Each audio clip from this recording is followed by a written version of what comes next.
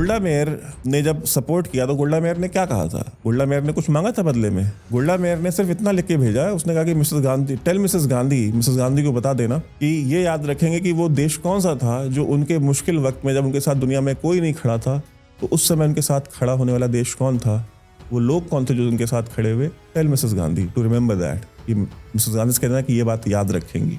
उसके बाद क्या हुआ? क्या आपने उनको रिकॉग्नाइज किया? क्या आपने उनके साथ कोई फॉर्मल रिलेशंस बनाए? नहीं। आप उसके बाद भी फिलिस्तीन को चाटते रहे पकड़ के। एक देश जो हमेशा प्रो इंडिया रहा है, हमेशा से, उसके खिलाफ इंडिया में प्रोटेस्ट कौन करता है? उसको गालियां कौन देता है? उसकी बर्बादी की दुआएं कौन मांगता है? उसको मिट्टी में मिलाने की दुआएं कौन मांगता है? अगर यहूदी मरते हैं तो यहाँ पे पटाखे और मिठाइयाँ कौन बांटता है? मुसलमान। आप मुझे एक ऐसा स्टेटमेंट बताइए खamenei का जिसमें वो कश्मीर का जिक्र ना करता हो, जिसमें वो कश्मीर की बात ना करता हो। ऐसा कोई साल बताइए जिस साल वो एक बार कश्मीर को लेकर के 2-4 ट्वीट ना करता हो, वो कश्मीर के मुसलमानों की आज़ादी की बात ना करता हो। उसके साथ खड़े हैं जो देश को तोड़ने वाले हैं, उनके साथ में खड़े हैं, उनको सपोर्ट कर रहे हैं। जो देश को बचाने वाले हैं, इंडिया की नेशनल सिक्योरिटी के लिए, आज भी ऑपरेशन सिंदूर के दौरान जो हैरप ड्रोन्स यूज हुए, जो कामाकाजी ड्रोन्स थे, वो ड्रोन्स किसने दिए थे? इजराइल ने दिए, जिन्होंने पाकिस्तान में लाहौर तक घुस करके उनके एयर डिफेंस सिस्टम तबाह किए।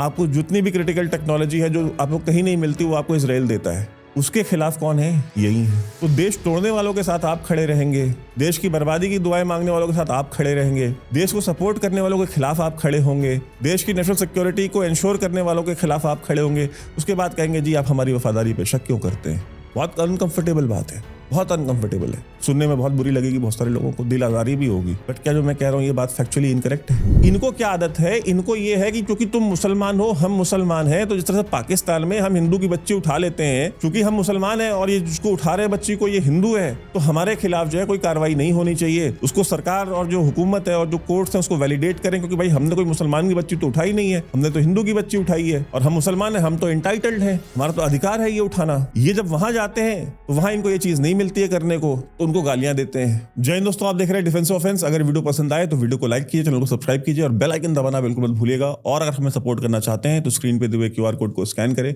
या हमारी माताएं बहनें भाई जो NRIs हैं, जो विदेशों से देख रहे हैं, वो हमें पेपल के थ्रू भी सपोर्ट कर सकते हैं। ये चैनल आपका ही सपोर्ट से चलता है और आपका ही सपोर्ट से सकता है। बहुत बहुत धन्यवाद। जय हिंद दोस्तों, आप सभी का स्वागत है आज के कार्यक्रम में। आज का कार्यक्रम हम शुरू करें उससे पहले आप सभी को एक छोटी सी सूचना देना चाहता हूँ कि हमारा पेट्रियन का पेज, जो कि पिछले 4 साल से पेट्रियन हमको नहीं बनाने दे रहा था, हम जब भी बनाते थे वो बार बार डिलीट कर देता था, वो हमने फाइनली 4 साल के बाद हमारा बन गया है अब। तो अगर आप में से अगर कोई हमारे भाई हैं जो पेट्रियन ज्वाइन करना चाहते हैं, 3 कैटेगरीज उसमें डाली हैं, उसके जो बेनिफिट्स हैं अलग अलग, वो सारे उसमें मेंशन्ड हैं। आप जिस भी कैपेसिटी में ज्वाइन करना चाहते हैं आप उसको प्लीज़ ज्वाइन करें। और ये चैनल देखिए, इसको चलाने के लिए हमको एक रिकरिंग सपोर्ट की आवश्यकता है, तो अगर आप वो करेंगे तो उसके लिए आप सभी को बहुत बहुत आभार हमारी तरफ से। और आज के वीडियो में हम मूलतः 2 इश्यूज के ऊपर बात करेंगे, और आज का वीडियो प्लीज़ बहुत ध्यान से सुनिएगा और उसको बात को सोचिएगा और समझने का प्रयास कीजिएगा इस विषय को। ये जो बात मैं करने जा रहा हूँ, मैं हमेशा अवॉइड करता हूँ, मैं इस तरह के इश्यूज को ना छेड़ूं, बिकॉज बहुत से लोगों को बहुत तकलीफ होती है, लेकिन वास्तविकता जो है, हकीकत, रियलिटी जो है, वो बोलनी बहुत ज़रूरी है। तो वो हकीकत क्या है वो हम आपको आज बताएंगे, क्योंकि हमने ये डिसाइड किया कि भाई हमारी लॉयल्टी आपके लिए है, हमारे अपने देश के लिए, हमारे देश के लोगों के लिए है। पॉलिटिकल करेक्टनेस और जो जानते हैं लेकिन बोलते नहीं वाला जो एटीट्यूड है, ये एटीट्यूड हमेशा से ही हार्मफुल है। हमको उसने कभी कोई फायदा नहीं पहुंचाया, हमेशा नुकसान पहुंचाया है। तो इसके ऊपर हम बात करेंगे। एक तो पहले तो डोनाल्ड ट्रंप ने कल ईरान के साथ जब युद्धबंदी कराई और उन्होंने ऐलान किया कि भाई सीज फायर का हमने ईरान और इसराइल के बीच में कर दिया था, और उसके बाद भी इसराइल ने जो है ऐसे ऐसे बम मारे हैं ईरान के ऊपर जो कि ना मैंने कभी देखे थे ना सुने थे।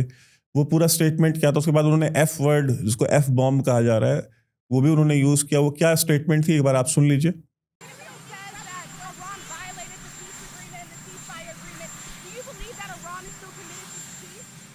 Yeah, I do. They violated it, but Israel violated it too. Israel, as soon as we made the deal, they came out and they dropped a load of bombs, the likes of which I've never seen before. The biggest load that we've seen. I'm not happy with Israel. You know, when I say, okay, now you have 12 hours, you don't go out in the first hour and just drop everything you have on them. So I'm not happy with them. I'm not happy with Iran either. But I'm really unhappy if Israel's going out this morning because of one rocket that didn't land, that was shot, perhaps by mistake, that didn't land. I'm not happy about that. You know what? We basically have two countries that have been fighting so long and so hard that they don't know what the they're doing. Do you understand that?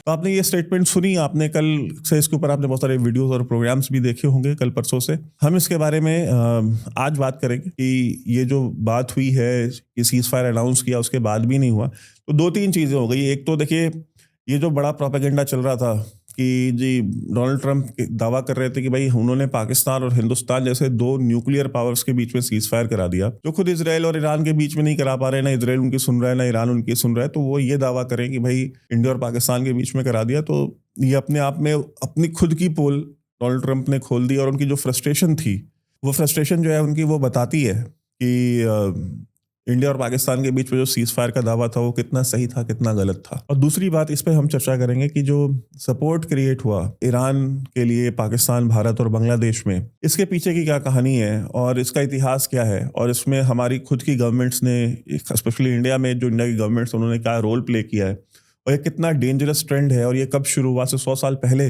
इसकी नींव रखी गई। वहां से शुरू करेंगे और हम आज तक आएंगे कि हम एक देश के तौर पे, एक राष्ट्र के तौर पे किस तरह के लोग हैं, और हमारी सरकारें जो है वो किस किस तरीके की हरकतें करती आई हैं, और वो रीज़न क्या है कि इस देश का मुसलमान, जिसका ना ईरान से कोई लेना देना, ना मिडिल ईस्ट से, वेस्ट एशिया से, ना इजराइल ने इनका कुछ बिगाड़ा है, तो भी ये इजराइल की बर्बादी के लिए इतना क्यों दुआ गो रहते हैं, कि हमेशा दुआएं करते रहते हैं इजराइल की बर्बादी की, और ईरान की जीत की दुआ जो है इंडिया का सुन्नी मुसलमान क्यों कर रहा है, इसके बारे में हम चर्चा करेंगे। पूरा आज उसका पोस्टमार्टम करेंगे, और जिसको भी इंटरेस्ट नहीं है इस वीडियो में, प्लीज़ आप अभी बंद कर दीजिए, क्योंकि आगे आपको बहुत तकलीफ होने वाली है, क्योंकि मैं वो चीज़ें बताऊंगा, वो सच बताऊंगा, वो हकीकतें बताऊंगा जो आपको बहुत अनरैटल कर सकती हैं, स्पेशली अगर आप मुसलमान हैं तो अगर आपको सच नहीं सुनना पसंद तो आप इस वीडियो को बंद करके आप अभी चले जाइए। तो आइए शुरू करते हैं। देखिए, डोनाल्ड ट्रंप का जो वीडियो आपने देखा था, डोनाल्ड ट्रंप की जो फ्रस्ट्रेशन है वो बिल्कुल एविडेंट है, और इजराइल ने जो किया कि भाई डोनाल्ड ट्रंप के मना करने के बावजूद बॉम्बिंग करी, तो इस तरह का जो बिहेवियर है, इस तरह का जो बर्ताव है, वो देश करते हैं जो सेल्फ रिस्पेक्टिंग नेशंस होते हैं, जिनके अपने ऑब्जेक्टिव्स होते हैं, जिन्हें अपने भविष्य की, अपने देश की राष्ट्रीय सुरक्षा की चिंता होती है।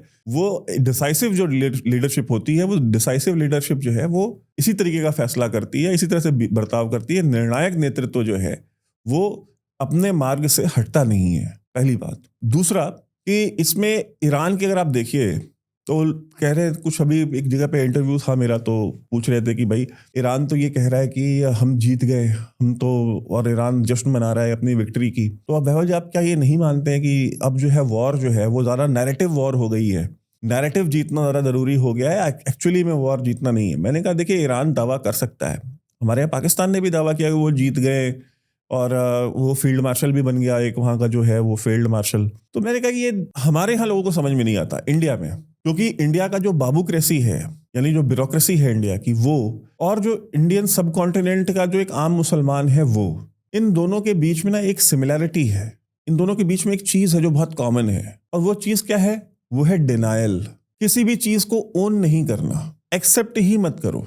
जैसे जब पुलवामा में हमला हुआ, उसके हार्डली 10 दिन बाद, 15 दिन बाद मैं कश्मीर गया था। तो मैं श्रीनगर से मैं बारामूला की तरफ जब जा रहा था, तो रास्ते में जो मेरा कैब वाला था, वो कैब वाला, मैं उससे बात कर रहा था, तो मैंने ऐसे ही जिक्र, डिस्कशन के दौरान ही मैंने उससे पूछा, मैंने कहा वो बारामूला में हुआ था, मैंने कहा उसका तुम्हारे पास कुछ लोकल, तुम्हारे पास इन्फॉर्मेशन है कि क्या चल रहा है अभी इसके ऊपर? उसने कहा कि क्या हुआ था, कुछ भी नहीं हुआ था। तो मुझे लगा शायद मुझे सुनने में कोई समस्या हो गई है, शायद मैंने कुछ गलत सुना है। मैंने कहा मैं पुलवामा के बारे में बात कर रहा था कि पुलवामा में जो हुआ था उसका, कहते पुलवामा में तो कुछ भी नहीं हुआ। तो मैंने कहा पुलवामा में, मैंने कहा बॉम्ब ब्लास्ट हुआ था ना, जो आईडी लेके फट गया था वो लड़का आदिल अहमद डार जो था, कहते अरे नहीं, वो सब झूठ है, वो सब प्रोपेगेंडा है। जवाब था ये। मैंने कहा भाई साहब, आपने टीवी नहीं देखी? टीवी पे जो है वो बस जो है, वो बिखरी हुई बस जो है पूरी दिखाई दे रही है सीआरपीएफ की, और उसमें इतने जवान मरे हैं, उनकी बॉडीज गई हैं उनके गाँव में, इंडिया के अलग अलग कोनों में। कहते नहीं, वो सब मीडिया का सब फैलाया हुआ झूठ है, ऐसा हमारे यहाँ कुछ भी नहीं हुआ। कहता मेरा मामू का घर है उधर। कहता मैं तो उस दिन अपने मामू के घर जा रहा था, तो उधर तो जिस रोड पे ये बता रहे हैं कि ये बॉम्ब ब्लास्ट हुआ है, क्या उस टाइम पे मैं वहाँ पे था, वहाँ पे ट्रैफिक जाम लगा हुआ था। ये वो कह रहा था कि मैं वहाँ खड़ा था, वहाँ ट्रैफिक जाम लगा हुआ था, ऐसा कुछ भी हुआ ही नहीं। ये क्या है कि वो डिनायल है कि जी हुआ ही नहीं है, बस फट गई, नहीं फटी ही नहीं है, बम फटा है, फटा ही नहीं है, तो डिनाई कर दो। क्योंकि अगर आप ओन कर लेते हो, आप उस चीज को एक्सेप्ट कर लेते हो कि ये हुआ था, तो फिर तुमको ये भी ओन करना पड़ेगा कि फिर करने वाला कौन था, फिर उसकी बात होगी। वो आदिल अहमद डार था। आदिल अहमद डार कौन था? फिर तुमको एक्सेप्ट करना पड़ेगा कि वो कश्मीरी था। फिर तुमको एक्सेप्ट करना पड़ेगा कि आदिल अहमद डार एक कश्मीरी ने खुद को सुसाइड वेस्ट बांधा और आईडी जो है अपने गाड़ी में लोड करी, और वो आईडी लोडेड गाड़ी जो है वो ले जाकर के सीआरपीएफ की बस में मार दिया, और उस एक आतंकवादी घटना में उसने 25, 30, 40 लोग उसने जान से मार दिए। ये सारी चीजें फिर एक्सेप्ट करनी पड़ेंगी ना। तो उस घटना को ही एक्सेप्ट मत करो, उस मूल तत्व को ही एक्सेप्ट मत करो। ये सेम चीज आपके यहाँ पे ब्यूरोक्रेसी में है। ब्यूरोक्रेसी में क्या है? ब्यूरोक्रेसी में ये है कि भाई आप एक्सेप्ट ही मत करो कि इंफॉर्मेशन या नैरेटिव वॉर जैसी कोई चीज है। वो कहते हैं इंफॉर्मेशन, नैरेटिव वॉर, ये प्रोपेगेंडा का ये सब होता ही नहीं है। अगर आप एक्सेप्ट ही नहीं करोगे, एक्सेप्ट कर लोगे तो फिर उसको सॉल्व करना पड़ेगा, फिर आपको प्रोग्राम बनाना पड़ेगा, फिर आपको डिजाइन करना पड़ेगा कि हाँ भाई एक इंस्टीट्यूशन बनना चाहिए जिसका काम हो ये, तो उसका स्ट्रक्चर क्या होगा, उस स्ट्रक्चर में लोग कौन से होंगे, ये सब आपको डिसाइड करना पड़ेगा। अच्छा, जो ब्यूरोक्रेट है उसकी ट्रेनिंग तो ये इंफॉर्मेशन वॉरफेयर की या प्रोपेगेंडा की, और इनकी तो ट्रेनिंग नहीं है, उसकी तो ट्रेनिंग एडमिनिस्ट्रेशन की है, तो वो खुद तो कर नहीं पाएंगे और ना ही अपने लोगों को उसमें फिट कर पाएंगे कहीं, तो फिर इसका फायदा दूसरे लोग उठाएंगे, फिर दूसरे लोग आएंगे वो चलाएंगे, तो दूसरे को फिर हमको फिर अगर एक्सेप्ट कर लेंगे कि ये सारी चीजें हैं, नैरेटिव, प्रोपेगेंडा, इंफॉर्मेशन, ये सारी चीजें एग्जिस्ट करती हैं, तो फिर वो बनाना पड़ेगा ना, और वो उसका लाभार्थी हम नहीं होंगे, हमारी ब्यूरोक्रेसी उसकी लाभार्थी नहीं होगी। अगर हम लाभार्थी नहीं होंगे तो बनाना क्यों है? फिर बनाना ही नहीं है। और नहीं बनाने का सबसे अच्छा रीजन क्या है? कि उसको एक्सेप्ट ही मत करो। सेम माइंडसेट है। बहुत सारे लोगों को तकलीफ होगी, बहुत सारे फॉरेन, मुझसे तो ब्यूरोक्रेट्स वैसे भी बहुत चिढ़ते हैं, बट रियलिटी है ये, दोनों के बीच में ये चीज कॉमन है। जो रेडिकल इस्लामिस्ट हैं उनके अंदर और जो हमारे देश के ब्यूरोक्रेट्स हैं उनके अंदर की प्रॉब्लम को एक्सेप्ट ही मत करो। जी आपके यहाँ पे ये फलाना औरतों में बुर्के की वजह से विटामिन डी की बहुत डेफिशिएंसी है, नहीं है ही नहीं जी, कोई दिक्कत ही नहीं। रिकॉर्ड कुछ भी कहते हो, डॉक्टर्स कुछ भी कहते हो, है ही नहीं, एक्सेप्ट ही नहीं करेंगे। तो ये कहना कि भाई देखिए काउ स्मगलिंग की वजह से दंगे हो रहे हैं, नहीं जी, काउ स्मगलिंग हो ही नहीं रही है, कहाँ हो रही है? मानेंगे ही नहीं। लॉ एंड ऑर्डर बिगड़ता है इसकी वजह से, अरे होती ही नहीं तो लॉ एंड ऑर्डर का कहाँ सवाल आ जाता है? ये सब तो सरकार जानबूझ के करती है हमारे ऊपर। So you know this kind of mindset कि आपको प्रॉब्लम एक्सेप्ट नहीं करनी है, तो ये चीज हो गई जो हमारी ब्यूरोक्रेसी के अंदर है और यहाँ पे भी है। तो ईरान जो नैरेटिव वॉर में जो आगे बढ़ रहा है उसका एक ये रीजन है कि उन्होंने एक्सेप्ट किया है, ईरान जैसा थर्ड रेट कंट्री जिसके ऊपर पिछले 40-50 साल से लगातार सैंक्शंस लगी हुई हैं, वो भी नैरेटिव वॉर अगर हमसे और आपसे अच्छा लड़ रहा है तो आप सोचिए कि हम कहाँ पे खड़े हैं, हम कितना पीछे होंगे, आप इमेजिन करके देखिए। और इनका नैरेटिव वॉर क्या है कि फॉरेन सेक्रेटरी को बुलाओ और उनसे एक स्टेटमेंट दिलवा दो, फलाना ब्यूरोक्रेट को बोलो कि जा करके फला चैनल पे पॉडकास्ट करके चलाए, फलाना मंत्री जी को बोलो कि जा करके फला चैनल पे पॉडकास्ट दे दें। ये है इनका टोटल ले दे करके इंफॉर्मेशन या प्रोपेगेंडा या आप जिसको जो भी वॉरफेयर या जो भी ये करते हैं, ले दे के इनके पास यही एक चीज है। कोई चीज आउट ऑफ कंट्रोल जा रही है, वहां पे इंटरनेट बंद कर दो, दंगा हो गया इंटरनेट बंद। ये नहीं करेंगे कि पता करें कि वो सोर्स कहाँ से आ रहा है। ये उन्होंने इतना आपके यहाँ पेनिट्रेट सिस्टम कैसे कर लिया कि वो वहां बैठे बैठे आपके यहाँ पे दंगे करा ले रहे हैं, या दंगे हो रहे हैं, एक पूरी मूवमेंट शाहीन बाग जैसी खड़ी कर ले रहे हैं, वो और उसकी आग जो है वो पूरे देश में फैला ले रहे हैं। तो इतना अगर उन्होंने आपके यहाँ पे सिस्टम पेनिट्रेट किया हुआ है तो आप उसको काउंटर करने के लिए आपके पास क्या है? कुछ भी नहीं है, नथिंग। पाकिस्तान से प्रोपेगेंडा चलता रहा कि जी अमेरिकन प्लेन्स जो है वो इंडिया के एयर स्पेस यूज करके आते रहे 24-48 घंटे तक प्रोपेगेंडा चलाते रहे। तो 48वें घंटे में जाकर के गवर्नमेंट की एजेंसी जो फैक्ट चेकिंग एजेंसी है वो उसको फैक्ट चेक करके लिखती है कि दिस इज फेक न्यूज। 48 घंटे तक उन्होंने नैरेटिव पूरे पाकिस्तान में, पूरे इंडिया में, हर जगह पे ये नैरेटिव फिक्स कर दिया कि ईरान ने भारत का एयर स्पेस यूज किया है। झूठा प्रोपेगेंडा उन्होंने कन्विंस कर लिया। 48 घंटे बाद कोई बाबू जागा होगा, उसके पास होते होते वो एक चीज पहुंची होगी। हमारे जैसे कुछ पागल होंगे जो पुश कर रहे होंगे कि यार इसको काउंटर करो, इसको काउंटर करो। फलाना जी से ढिकाना जी को एसएमएस गया होगा, ढिकाना जी से ढिकाना जी को एसएमएस गया होगा, वहां से उनको व्हाट्सएप फॉरवर्ड गया होगा। तो घूमते फिरते जब सेक्रेटरी साहब तक पहुंचा होगा तो उन्होंने बोल दिया होगा कि अपने बाबू को यार इसको ना एक काम करना कि इसके ऊपर एक फैक्ट चेक वो ट्वीट कर देना। आपका उन्होंने इतना डैमेज कर लिया, उसके बाद जागे। ये 24/7 जॉब है बॉस। ये इस तरह की नौकरी नहीं है कि आप सिस्टम में हो करके फाइल आएगी, मैसेज आएगा, संदेशा पहुंचेगा तब आप करेंगे। और ये आप काउंटर तभी कर पाएंगे जब आप इंस्टीट्यूशन बनाएंगे। तो ये प्रॉब्लम हमारी हो गई। देखिए मैं तो इसके ऊपर कितना रो चुका हूं। अब तो मुझे बिल्कुल, मैं बताता हूँ ऑनेस्टली, मेरी बोलने की इच्छा नहीं करती है। कोई मुझसे सवाल भी पूछता है तो मैं इरिटेट हो जाता हूँ। अगर किसी इंटरव्यू में जाता हूँ, कोई सवाल पूछ लेता है ये, तो मुझे चिढ़ मचती है कि मैं इसका जवाब दूं कि नहीं दूं, और दूं तो क्यों दूं, मतलब क्या है इसका। चलिए खैर छोड़ देते हैं उसको, हम अगले इश्यूज पे चलते हैं। तो मेन चीज़ क्या है कि आप देखिए इस पूरे कॉन्फ्लिक्ट में एक चीज़ जो सबसे ज़्यादा खुल के सामने आई है वो क्या आई कि इंडिया, पाकिस्तान और बांग्लादेश का मुसलमान जो है वो ईरान के साथ खड़ा था। क्यों खड़ा था? अब इसको समझने के लिए आपको आज से 100 साल पहले जाना पड़ेगा। खिलाफत मूवमेंट हुई शुरू। खिलाफत मूवमेंट क्या थी कि जो पूरा वेस्ट एशिया है यानी middle east, UAE, Saudi Arabia, Qatar, Kuwait, Bahrain, Oman, ये सब जॉर्डन जितने ये देश हैं, ये सारे के सारे टर्की के ऑटोमन एम्पायर का हिस्सा थे। ऑटोमन एम्पायर जिसको उर्दू में कहते हैं दौलत उस्मानिया। तो तुर्की में जो खलीफा बैठता था वही रूल करता था ये सारी टेरिटरीज। तो उसको हटाने के लिए, क्योंकि उसके जुल्म होते थे, वो बहुत जुल्म करता था इन अरबों के ऊपर और अरबों के रिसोर्सेज लूट करके लेके जाता था, और उसका सारा बेनिफिट जो है वो टर्की में जो बैठी हुई जो टर्किश पॉपुलेशन थी, सारे मजे उसके वो लूटती थी। तो जो अरब थे वो बहुत ज़्यादा त्रस्त थे इन चीज़ों से और बहुत परेशान थे।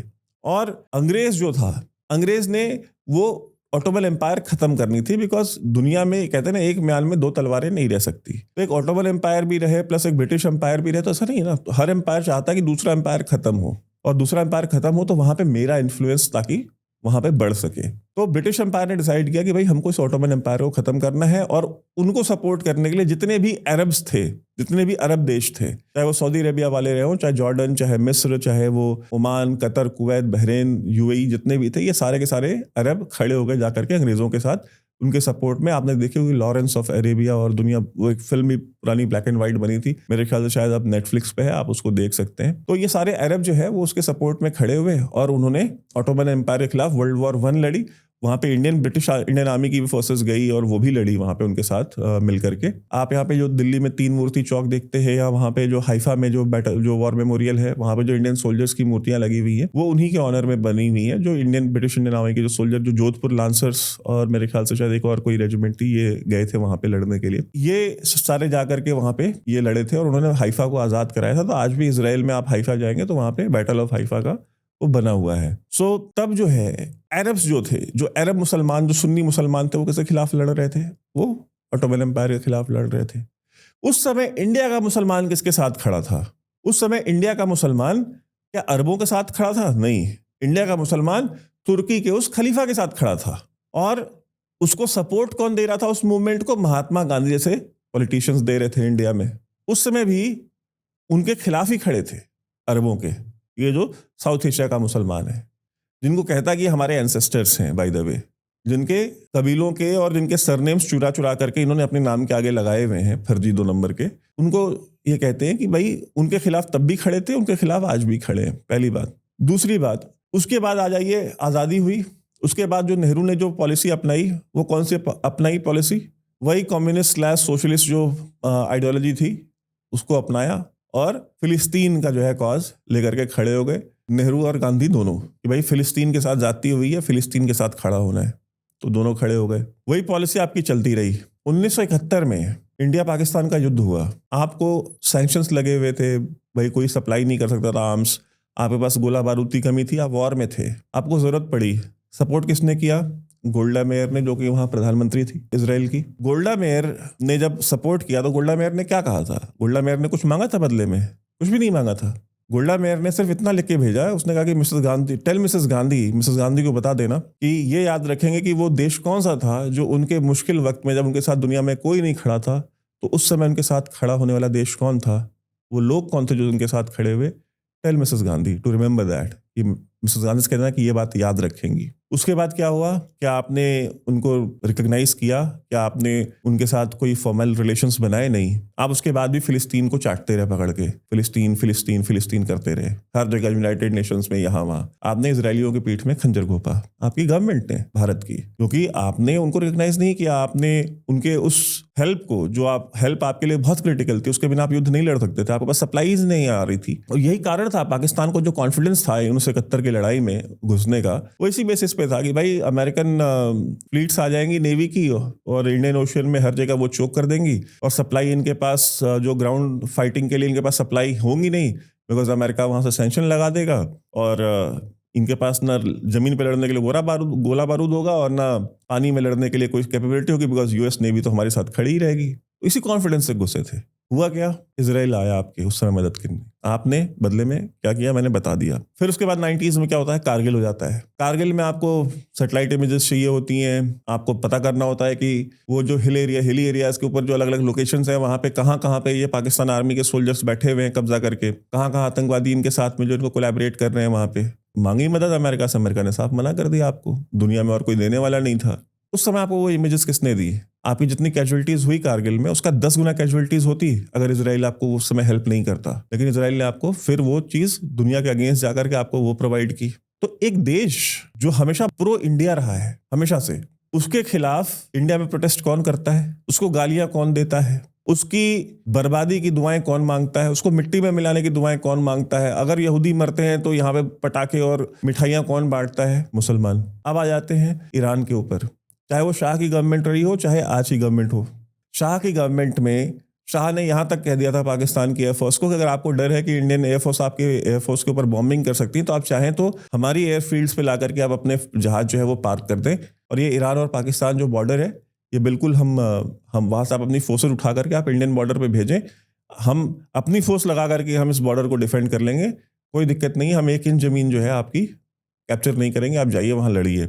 ये ईरान का स्टेटमेंट था शाह के टाइम पे। फिर खमेनेई के टाइम पे क्या हुआ? आप मुझे एक ऐसा स्टेटमेंट बताइए खमेनेई का जिसमें वो कश्मीर का जिक्र ना करता हो, जिसमें वो कश्मीर की बात ना करता हो। ऐसा कोई साल बताइए जिस साल वो एक बार कश्मीर को लेकर के 2-4 ट्वीट ना करता हो, वो कश्मीर के मुसलमानों की आज़ादी की बात ना करता हो। उसके साथ खड़े हैं जो देश को तोड़ने वाले हैं, उनके साथ में खड़े हैं, उनको सपोर्ट कर रहे हैं। जो देश को बचाने वाले हैं, इंडिया की नेशनल सिक्योरिटी के लिए आज भी ऑपरेशन सिंदूर के दौरान जो हैरप ड्रोन्स यूज हुए, जो कामाकाजी ड्रोन्स थे, वो ड्रोन्स किसने दिए थे? इजराइल ने दिए, जिन्होंने पाकिस्तान में लाहौर तक घुस करके उनके एयर डिफेंस सिस्टम तबाह किए। आपको जितनी भी क्रिटिकल टेक्नोलॉजी है जो आपको कहीं नहीं मिलती वो आपको इजराइल देता है। उसके खिलाफ कौन है? यही है। तो देश तोड़ने वालों के साथ आप खड़े रहेंगे, देश की बर्बादी की दुआएं मांगने वालों के साथ आप खड़े रहेंगे, देश को सपोर्ट करने वालों के खिलाफ आप खड़े होंगे, देश की नेशनल सिक्योरिटी को इंश्योर करने वालों के खिलाफ आप खड़े होंगे। उसके बाद कहेंगे जी आप हमारी वफादारी पे शक क्यों करते हैं? बहुत अनकंफर्टेबल बात है, बहुत अनकंफर्टेबल है, सुनने में बहुत बुरी लगेगी बहुत सारे लोगों को, दिल आजारी भी होगी। बट क्या जो मैं कह रहा हूँ ये बात फैक्चुअली इनकरेक्ट है? जाहिर सी बात है, मैं 100% आबादी की बात नहीं कर रहा हूँ, बट मेजोरिटी ऐसी ही है, ये कोई माइनॉरिटी नहीं है, मेजोरिटी ऐसी है। अगला पॉइंट पे आ जाते हैं। इंडिया में जब भी बांग्लादेशी हो, रोहिंग्या हो, जो कि करोड़ों की तादाद में आकर के यहाँ बसे हुए हैं, नेशनल सिक्योरिटी का थ्रेट है। हमें नहीं पता कि उसमें से कितने अराकान रोहिंग्या जो साल्वेशन आर्मी है उसके टेररिस्ट हैं, हमें नहीं पता ना। हमें नहीं पता कि वो जो बांग्लादेश से आए हुए उसमें कितने जमात इस्लामी के आतंकवादी हैं, अंसारुल बांग्ला के आतंकवादी हैं, हमें नहीं पता है। लेकिन जब उनको बाहर निकालने की बात आती है कि भाई एक नेशनल सिक्योरिटी का थ्रेट है कि आपके देश में 3 करोड़ 4 करोड़ इलीगल एलियंस रहते हैं, इनको बाहर निकालने के लिए सीए और एनआरसी जो है वो लाई जाए, उसके विरोध में शाहीन बाग में कौन बैठ जाता है? पूरे देश में 150 शाहीन बाग लग जाते हैं, इस देश में दंगे शुरू हो जाते हैं, इस देश में दंगे शुरू कर दिए जाते हैं। किसी हिंदुस्तानी मुसलमान को तो बाहर निकालने की बात नहीं की गई थी, किसी जौनपुर के, जोधपुर के या जलंधर के तो मुसलमान को बाहर भेजने की बात नहीं हो रही थी। बांग्लादेशी और रोहिंग्यास को बाहर भेजने की बात हो रही थी, जो इलीगली यहाँ पे आए हुए हैं, जो डोनाल्ड ट्रंप आज कर रहा है। तो क्या करते हैं, इस देश में दंगे शुरू हो जाते हैं, हर शहर में एक शाहीन बाग लग जाता है, तो आप वहां खड़े हो जाते हैं आकर के, फिर कहते हैं जी आप हमारी वफादारी पे शक क्यों करते हैं? इस देश में किसको नहीं पता है कि ये जो अराकान रोहिंग्या साल्वेशन आर्मी है, इसका जो लीडर है अताउल्ला जुनूनी, वो कराची में पैदा हुआ है, पाकिस्तानी है वो, लेकिन उन्हीं रोहिंग्यास के लिए खड़े हो जाएंगे। वहां म्यांमार के अंदर जब इनके खिलाफ कार्रवाई शुरू होती है, अराकान रोहिंग्या साल्वेशन आर्मी के लोगों के खिलाफ, और वहां से जब ये भागना शुरू करते हैं तो इंडिया में दंगे शुरू हो जाते हैं। मुंबई के आजाद मैदान में जो है कि अमर जवान ज्योति को लात से मार के तोड़ दिया जाता है, वहां पे प्रॉपर्टियां जला दी जाती हैं, मुंबई के अंदर बसें जला दी जाती हैं, और सेम दिन उसी कोऑर्डिनेशन के साथ प्रयागराज में, बैंगलोर में, अलग अलग शहरों में इस देश के पैरेलल जो है वो दंगे शुरू हो जाते हैं। कैसे हो जाते हैं? इतना कोऑर्डिनेटेड दंगे एक साथ इस देश के अलग अलग शहरों में। उस जमाने में तो कोई इतना सोशल मीडिया और कुछ भी नहीं था, फिर कैसे हो गए? फिर कहते हैं कि जी देखिए आप हमारी वफादारी के ऊपर शक क्यों करते हैं? ऐसा कोई मौका जाने नहीं देते हैं जहां पे देश के विरोध में या देश के साथ खड़े होने वालों के विरोध में ना ये खड़े हों, और उसके बाद कहते हैं जी आप हमको गद्दार भी नहीं बोल सकते। दंगे की चोट पे कहते हैं कि भाई गाजा में रहने वाले हमारे भाई हैं, ईरान में रहने वाले हमारे भाई हैं, फलानी जगह रहने वाले हमारे भाई हैं, और जिनके साथ रहते हैं, जिनकी जमीन पे रहते हैं, जिनके टैक्स के पैसे पे खाते हैं, जिनके टैक्स से पैसे पे जीते हैं, उनको जो है ये न भाई बोल पाते हैं। और उस देश में, जिस देश की मिट्टी में पले हैं, बढ़े हैं, जहां पे पिछले 50 पीढ़ी से जो है बोझ बने हुए हैं और यहाँ का अनाज भी खा रहे हैं, यहाँ की हवा भी ले रहे हैं, वहां पे कहते हैं, उस देश के बारे में कहते हैं कि हम भारत माता की जय नहीं बोलेंगे और हम वंदे मातरम भी नहीं बोलेंगे। ईरान और फिलिस्तीन वाला इनका भाई है, लेकिन जहां पैदा हुए हैं, जहां खा रहे हैं, जहां मरेंगे, जहां दफन होंगे और जहां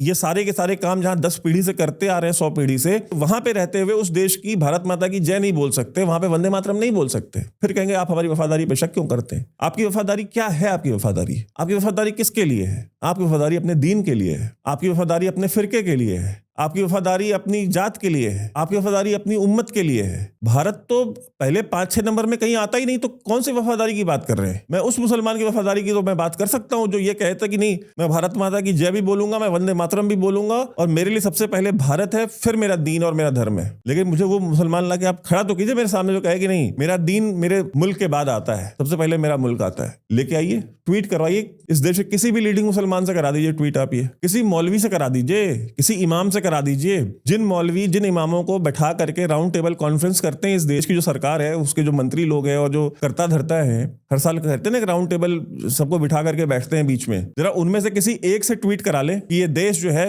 दीन से पहले आता है, आपके मजहब से पहले आपका देश है। कोई एक ट्वीट कर दे, एक मीडिया में एक बाइट दे दे ना। आप लोग उसको, इन लोगों को पैसा भी देते हैं, आप इन लोगों को जमीनें भी दिलवाते हैं, इनके मदरसों के लिए आप फंडिंग भी हर साल आप बढ़ाते जा रहे हैं बजट में। आपने इनको खिला खिला करके मोटा बना दिया है, गैंडे से चमड़ी हो गई है इनकी। जरा इनसे किसी एक से ट्वीट करा दीजिए ना कि मुल्क का मर्तबा जो है वो दीन के ऊपर है, मर जाएंगे नहीं बोलेंगे। आप चढ़ाते रहिए इनको चादरें और आप भेजते रहिए इनको अलग अलग पर्क्स एंड प्रिविलेजेस, आप इनको दीजिए एक्सेस अपने, या स्पीड डायल पे रखिए इनका नंबर अपने फोन में, कुछ नहीं फायदा है। शाहीन बाग के समय में इनमें से कितने थे जिन्होंने शाहीन बाग को कंडेम किया? इनमें से कितने थे जो नुपुर शर्मा के जब इंसिडेंट हुआ तो नुपुर शर्मा के सपोर्ट में आके खड़े हुए? इनमें से कितने मौलवी उलेमा थे जिनको ये सरकार जो है पाल के रखती है और प्राइम मिनिस्टर हाउस तक में इनको एंट्री मिलती है, जिन्होंने बोला कि ये रोहिंग्या और ये जितने भी बांग्लादेशी इल्लीगली यहाँ रह रहे हैं, इन सबको यहां से बाहर निकाला जाना चाहिए। एक से बुलवा कर दे, एक बाइट दिलवा दें, दूरदर्शन पे ही दिलवा दें, कहीं और नहीं तो जो कोई नहीं देखे, मर जाएंगे नहीं बोलेंगे। गलत कहते हैं कि आप हमारी वफादारी पे शक क्यों करते? हमारी प्रॉब्लम एक कम्युनिटी के तौर पे ये है कि हमको शत्रु बोध तो छोड़ दिए, शत्रु बोध तो बहुत इंटेलेक्चुअल क्लास के लोगों को होता है। उसके लिए मानसिक रूप से आपको बहुत सुदृढ़ होने की जरूरत होती है। बहुत आधुनिक जो दिमाग होता है ना, उसको ही शत्रु बोध होता है। हमको तो मित्र बोध तक नहीं है। हमको तो ये भी नहीं पता हमारा दोस्त है कौन। यहूदियों के खिलाफ एक बार इतने लार्ज स्केल पे जेनोसाइड हुआ जो हिटलर ने किया, उसके बाद दुनिया भर के जो जूस थे इकट्ठा हुए, उन्होंने कहा कि नेवर अगेन, दोबारा कभी नहीं होने देंगे। अभी हम, हमारे साथ कितने दर्जनों बार ये चीजें हो चुकी हैं पिछले 1000 साल में, और उसके बाद भी न हमें शत्रु बोध है न हमें मित्र बोध है। ये हमारी ट्रेजेडी है और ये इनकी सामने वालों की मुनाफिकत है। और उनको पता है कि आप बेवकूफ हैं, आपको बेवकूफ बनाना आसान है, तो आपको बना रहे हैं ना, वो बना रहे हैं। आपके यहाँ बैठ करके इमेजिन करके देखिए, भारत माता की जय नहीं बोलेंगे, फिलिस्तीन जिंदाबाद पार्लियामेंट के अंदर खड़े होकर वैसे ही बोलेगा। पाकिस्तान में इतनी हिंदू बच्चियां उठाई जाती हैं, मैं आपको दिखा लेता हूँ, अभी 4 दिन पहले की घटना है। पाकिस्तान के स्कूल से 3 लड़कियां, एक लड़का उठा के ले गए, 10-11 साल के बच्चे हैं, उनको धर्म परिवर्तन करके कहीं शादी कर देंगे किसी के साथ और हीरा मंडी में बेच देंगे 4 साल के बाद। आप बोल के देखिए कि ये पाकिस्तान में बड़ा जुल्म हो रहा है। पाकिस्तान के बड़े बड़े इंटेलेक्चुअल, बड़े बड़े जो जर्नलिस्ट से बोलिए कि ये चीज हो रही है, साहब के मुंह पे कह देगा नहीं, सब प्रोपेगेंडा, ऐसा हुआ ही नहीं है। सेम मेथोडोलॉजी है पूरे बांग्लादेश, इंडिया, पाकिस्तान, हुआ ही नहीं है। पाकिस्तान में किसी हिंदू बच्ची का कन्वर्जन हुआ ही नहीं आज तक, मानेंगे ही नहीं। मानेंगे नहीं तो आप फिर आप क्या, बात ही नहीं आगे बढ़ेगी इसके बाद। आप चुप रहते हैं क्यों? क्योंकि आपको लगता है कि नहीं, वहां वाला अब्दुल अलग है, यहां वाला अब्दुल अलग है, बांग्लादेश वाला अब्दुल अलग है और जो यूरोप में बैठा है वो अब्दुल अलग है। आप इस गलतफहमी में जी रहे हैं क्योंकि आप मूर्ख हैं। जितने भी अरब देश हैं, ये सारे अरब देशों में ये सारे मुसलमान जाते हैं, यहां से, इंडिया से, पाकिस्तान से, बांग्लादेश से, जितने मुसलमान हैं जाके अरब कंट्रीज में काम करते हैं ना, अरब कंट्रीज में काम करते हैं, वहां पे जाते हैं, वहां पे अपना बिजनेस भी करते हैं, वहां पे रहते भी हैं, वहां से अपने बच्चों को पढ़ाते भी हैं, इनको वहां पे सारी लिबर्टी भी है, सेफ्टी भी है, सिक्योरिटी भी है, सब कुछ है इनको वहां पे। लेकिन गाली सबको सब तरह किसको देते हैं? सऊदी के मोहम्मद बिन सलमान को गाली देंगे, यूएई के शेख जायद को गाली देंगे, मतलब हर उस रूलर को गाली देंगे जहां पे ये जा करके शांति से रह सकते हैं, जहां पे बिजनेस कर सकते हैं, जहां से पैसा कमा सकते हैं, उनको गालियां देते हैं ये। क्यों? क्योंकि वो इजराइल के ऊपर वो बम क्यों नहीं मार रहे, वो इजराइल के ऊपर जो बम आ रहे हैं उनको ये रोक क्यों रहे हैं, ये इनका रीजन है। दूसरा रीजन क्या है, वहां पे लॉ एंड ऑर्डर है, वहां पे नियम और कानून की चलती है। आप सऊदी अरेबिया के अंदर अगर आप शराब बेचते हैं, अगर आप मुसलमान हैं तो आपका हाथ काट लेंगे, आपको कोड़े मारेंगे, ये शरीयत के हिसाब से जो सजा होगी वो देंगे। अगर आप नॉन मुस्लिम होकर शराब बेच रहे हैं तो उसके लिए आपका एक नॉन मुस्लिम के लिए जो कानून है वो लागू होगा, उसको कोड़े नहीं मारे जाएंगे, उसको या तो डिपोर्ट कर देंगे या उसकी एक जेल टर्म होगी, वो जेल टर्म के बाद उसको डिपोर्ट कर देंगे, क्योंकि शरीयत नॉन मुस्लिम के ऊपर लागू नहीं हो सकती वहां पे। इनको क्या आदत है, इनको ये है कि क्योंकि तुम मुसलमान हो हम मुसलमान हैं, तो जिस तरह से पाकिस्तान में हम हिंदू की बच्ची उठा लेते हैं, क्योंकि हम मुसलमान हैं और ये जिसको उठा रहे बच्ची को ये हिंदू है, तो हमारे खिलाफ जो है कोई कार्रवाई नहीं होनी चाहिए, उसको सरकार और जो हुकूमत है और जो कोर्ट्स हैं उसको वैलिडेट करें, क्योंकि भाई हमने कोई मुसलमान की बच्ची तो उठाई नहीं है, हमने तो हिंदू की बच्ची उठाई है और हम मुसलमान हैं, हम तो एंटाइटल्ड हैं, हमारा तो अधिकार है ये उठाना। ये जब वहां जाते हैं तो वहां इनको ये चीज नहीं मिलती है करने को, तो उनको गालियां देते हैं। ना ईरान जाते हैं, ना ईरान जा सकते हैं, ना ईरान में इनका कोई बिजनेस हो सकता है, ना ईरान में कोई सिक्योरिटी है, ना सेफ्टी है, ना ईरान में कोई लाइफस्टाइल है। ईरान के साथ खड़े हैं और जहां पे ये सारी चीजें मिलती हैं, जहां ये सारी चीजें यहां से ये लेते हैं, कमाते हैं, उनको गालियां देते हैं, क्योंकि वो रूल ऑफ लॉ। तो रूल ऑफ लॉ उन लोगों के लिए है जो सभ्य समाज के लोग हैं, जो झूठे हैं, मुनाफिक हैं, दोगले हैं, मक्कार हैं, उनके लिए ये चीजें नहीं है। नियम और कानून वो नहीं मानते, उनका सीधा सारा फंडा है, just because we are Muslim we are entitled to do whatever we want to do. 7 October को बोले वहां पे इजराइल में लड़कियां उठा के लेके गए, बच्चियां उठा के लेके गए, 100 से ज्यादा लोगों को किडनैप करके ले गए ना, तो यहाँ पे पार्टी कर रहे हैं। भाई तो यहूदी की लड़की उठाई ना, यहूदी की लड़की का रेप किया, अभी आप बोल दीजिए कहेंगे 7 अक्टूबर हुआ ही नहीं, तो इजराइल ने खुद कराया था। 9/11 तो हुआ ही नहीं अमेरिका में, वो तो अमेरिका ने खुद कराया था। मतलब सोचिए आप ये चीजें, एक समय में उसको सेलिब्रेट भी करेंगे और जब आप उनको कन्फ्रंट करेंगे तो कहेंगे ऐसा हुआ ही नहीं, तो उन्होंने खुद कराया है। ऐसे मक्कार लोग हैं ये, एक हाथ पे शेखी बघारेंगे कि देखा हमास ने कैसा घुस करके इजराइल के अंदर मारा, इनके सब उठा के लेके गए, आज तक वापस नहीं ला पाए ना। और जहां आप उनको कन्फ्रंट करेंगे कि ये तो गलत नहीं है, इस्लाम यहूदी बच्चियों को उठा के लेके गए, उनका रेप, नहीं ये तो इन्होंने खुद कराया है, हमास ने कहाँ कुछ किया है, इनको गाजा वालों को मारना था, दोनों बातें खुद करेंगे। आप कभी भी नोटिस कर लीजिएगा, तो वो जो सेंस ऑफ एंटाइटलमेंट है इनको वहां नहीं मिलती है। अगर ये उन अरबों के सगे नहीं है जो कस्टोडियन है टू होली मॉस्क के, जो एक्चुअल मुस्लिम है जहां से इस्लाम की शुरुआत हुई है, ये उनको गाली देते हैं, तो आपको लगता है कि ये आपके वफादार हैं, आपको लगता है कि ये आपके साथ खड़े होंगे। कितनी बार ये प्रूफ करें कि हम ईरान के साथ खड़े होंगे, हम फिलिस्तीन के साथ खड़े होंगे, हम रोहिंग्या के साथ खड़े होंगे, हम बांग्लादेशियों के साथ खड़े होंगे, बार बार वो आपके सामने प्रूफ करते जाते हैं, आप एक्सेप्ट करने को तैयार नहीं है। आपको ये है कि मेरा वाला अब्दुल्ला अलग है। क्यों? क्योंकि आपके दिमाग में कोड़ है, आपके दिमाग में एक ट्यूमर है, वो ट्यूमर है गलत फहमी का, वो है दिमागी अंधेपन का, वो है मूर्खता का। जब तक आप इन ट्यूमर को नहीं निकालेंगे आपको वास्तविकता नहीं दिखाई देगी। वो बार बार आपको दिखा रहे हैं, वो बार बार आपको बता रहे हैं, आप नहीं देखना चाहते। ये बाबू लोग जो बैठे हैं इनको गलत फहमी है कि ये मैनेज कर लेंगे, ये पेट्रोल पंप दे करके और STD PCO दे करके चला लेंगे। नहीं चला पाएंगे आप नहीं चला पाएंगे। देखिए ईरान में तो रजीम चेंज होगी, उसको जब मैंने आपको पहले भी वीडियो में बताया था कि उसका तरीका अलग हो जाएगा। डोनाल्ड ट्रंप ग्राउंड ट्रूप्स नहीं भेजना चाहता बिकॉज उसकी जो अपनी कोर जो वोटर बेस है वो उसको गालियां दे रहा है, तो वो दूसरे तरीके से करेंगे, वो इंसर्जेंसी के थ्रू करेंगे, किसी भी और तरीके से करेंगे, CIA को इन्वॉल्व करेंगे। मैंने आपको बताया था किस तरह से कुर्द, अजरी, बलोच और जो ISKP वाले हैं इनको सबको ग्रुप को इन्वॉल्व करके वहां पे एक सिविल वॉर शुरू करा करके वो रजीम चेंज होगा। सूनर और लेटर होगा, जूस ने जो डिसाइड किया तो वो करके रहेंगे। आप अपने यहाँ देखिए, अपने चिराग तले जो अंधेरा है, उस चिराग तले अंधेरे को पहचानिए। वो बार बार आपको प्रूफ करते जा रहे हैं, बार बार आपको साबित करते जा रहे हैं, आप नजरअंदाज करना चाहते हैं बिकॉज वही बाबू, वही ब्यूरोक्रेटिक माइंडसेट कि अगर एक्सेप्ट कर लेंगे प्रॉब्लम तो उसको सॉल्व करना पड़ेगा, बैठना पड़ेगा, देखना पड़ेगा कि उसकी स्ट्रैटेजी बनानी पड़ेगी कि कैसे सॉल्व करना है, कैसे नहीं करना है। बढ़िया ब्यूरोक्रेट हैं, जॉब लगी हुई है, बढ़िया फर्स्ट क्लास, दिल्ली में मकान मिला हुआ है खुद का, 2 ड्राइवर हैं, 2 माली हैं, 2 घर में खाना बनाने वाले हैं, 2 कपड़े आयरन करने वाले हैं, इतना सब कुछ मिला हुआ है। 3-3 गाड़ियां खड़ी हैं घर के सामने, जहां भी जाएंगे टैक्स पेयर के पैसे पे डीजल फूकते हुए मैडम भी घूमेंगी, बच्चे भी घूमेंगे, खुद भी घूमेंगे, अय्याशी करेंगे। और समर में टाइम मिलेगा तो विदेश भी जाएंगे, विदेश जाएंगे वहां से कुछ सीख के आएंगे कि सर AC का टेम्परेचर 20 डिग्री कर देते हैं, बहुत कमाल की चीज सीख के आया हूँ सर मैं वहां यूरोप से। मतलब कह रहा हूँ ना कि उनको छोड़ दीजिए, वो एक्सेप्ट नहीं करेंगे। आप एक समाज के रूप में उसको एक्सेप्ट कीजिए, आप एक समाज के रूप में उसको एक्सेप्ट कीजिए और अपने पॉलिटिशियन से, आप जिनको वोट देते हो उनसे जब भी आप मिलिए, अपने घर पे वोट मांगने आते हैं तो उनको कन्फ्रंट कीजिए कि आप इस प्रॉब्लम को लेकर क्या कर रहे हैं, ये जो प्रॉब्लम खड़ी हो रही है। जो हमारे जो दोस्त हैं, जो मित्र देश हैं, उनके खिलाफ, उनकी बर्बादी के नारे लगाते हैं, उनके खिलाफ जिहाद की बातें करते हैं, जो रोहिंग्या और बांग्लादेशियों के लिए यहाँ पे सड़कों पे निकल करके गाड़ियां जलाते हैं, जो CANRC का विरोध करते हैं, जो ईरान के लिए खड़े हो जाते हैं, जिनकी लॉयल्टी ईरान से और